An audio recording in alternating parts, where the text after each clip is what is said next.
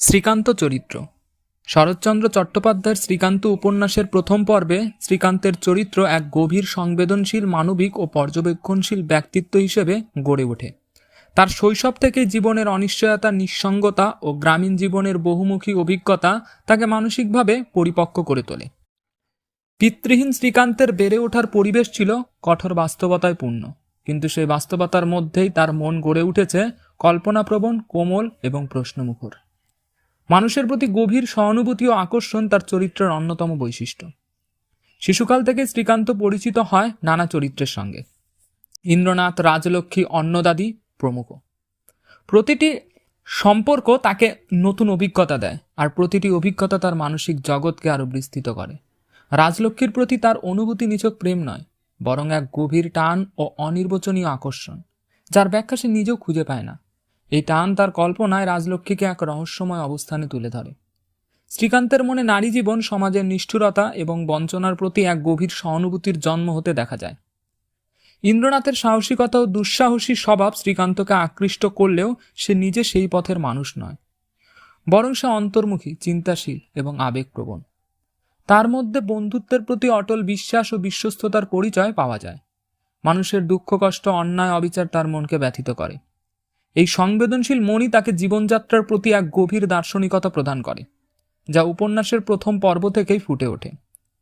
শ্রীকান্তের চরিত্রে ভ্রমণ প্রবণতা একটি গুরুত্বপূর্ণ দিক।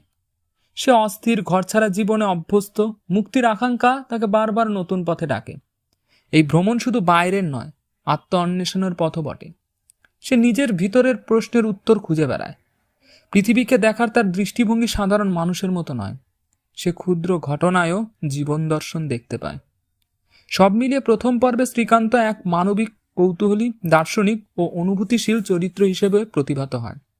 তার অভিজ্ঞতা, সম্পর্ক, বেদনা, বোধ সবকিছু মিলিয়ে সে হয়ে ওঠে বাংলা সাহিত্যের অন্যতম জীবন্ত ও বহুমাত্রিক চরিত্র, যার মানসিক উন্মেষ ও আত্মকথনের স্বচ্ছতা পাঠককে গভীরভাবে আবিষ্ট করে। রাজলক্ষ্মী চরিত্র। শরৎচন্দ্রের শ্রীকান্ত উপন্যাসে রাজলক্ষ্মী একটি অত্যন্ত জীবন্ত, জটিল ও মানবিক চরিত্র। প্রথম পর্বে তার উপস্থিতি সীমিত হলেও তার প্রভাব শ্রীকান্তের জীবনে গভীর। শৈশবের বন্ধুত্ব থেকে রাজলক্ষ্মীর সঙ্গে শ্রীকান্তের সম্পর্কের সূচনা। সে ছিল দুষ্টুমি ভরা, প্রাণবন্ত, নির্ভীক এক কিশোরী, যে সমাজের বাধা ধরা নিয়মের বাইরে থেকেও নিজের মতো করে জীবনকে দেখতে শিখেছিল। তার মধ্যে ছিল এক ধরনের স্বাধীন চেতা মনোভাব, যা তাকে অন্যান্য গ্রামের মেয়েদের থেকে আলাদা করে তুলেছিল। পরে পরিস্থিতির কারণে রাজলক্ষ্মী জীবনের কঠিন বাস্তবতার মুখোমুখি হতে বাধ্য হয়। দারিদ্র্য, অবহেলা ও অনিশ্চয়তা তাকে বাধ্য করে এমন এক পথ বেছে নিতে যা সে নিজে কখনোই চায়নি। কিন্তু এই কঠিন সিদ্ধান্ত সত্ত্বেও তার চরিত্রে লাঞ্ছনার কোনো ছাপ নেই, বরং দেখা যায় সাহস, শ্রমনিষ্ঠা এবং নিজের জীবনের দায়িত্ব বুকে নিয়ে এগিয়ে যাওয়ার এক অদম্য শক্তি। সে নিজের অবস্থাকে লুকায় না, আবার লজ্জাও পায় না, বরং নিজের সংগ্রামকে স্বাভাবিকভাবে মেনে নিয়ে সে চেষ্টা করে নিজেকে প্রতিষ্ঠিত করতে।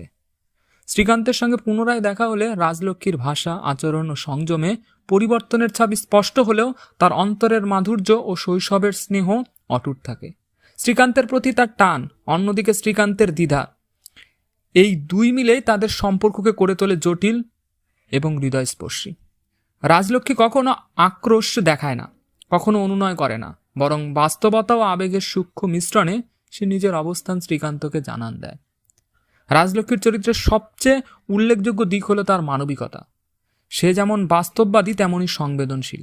সমাজ তাকে যে পরিচয়ে চিহ্নিত করতে চায়, সে তার ঊর্ধ্বে উঠে নিজের ব্যক্তি পরিচয়ে দৃঢ় থাকে। অবহেলা, ঘৃণা বা অপমান কোনো কিছুই তার নারীসত্তাকে ক্ষতবিক্ষত করতে পারে না, বরং তার জীবনযুদ্ধ তাকে আরও আত্মবিশ্বাসী, স্বনির্ভর করে তোলে।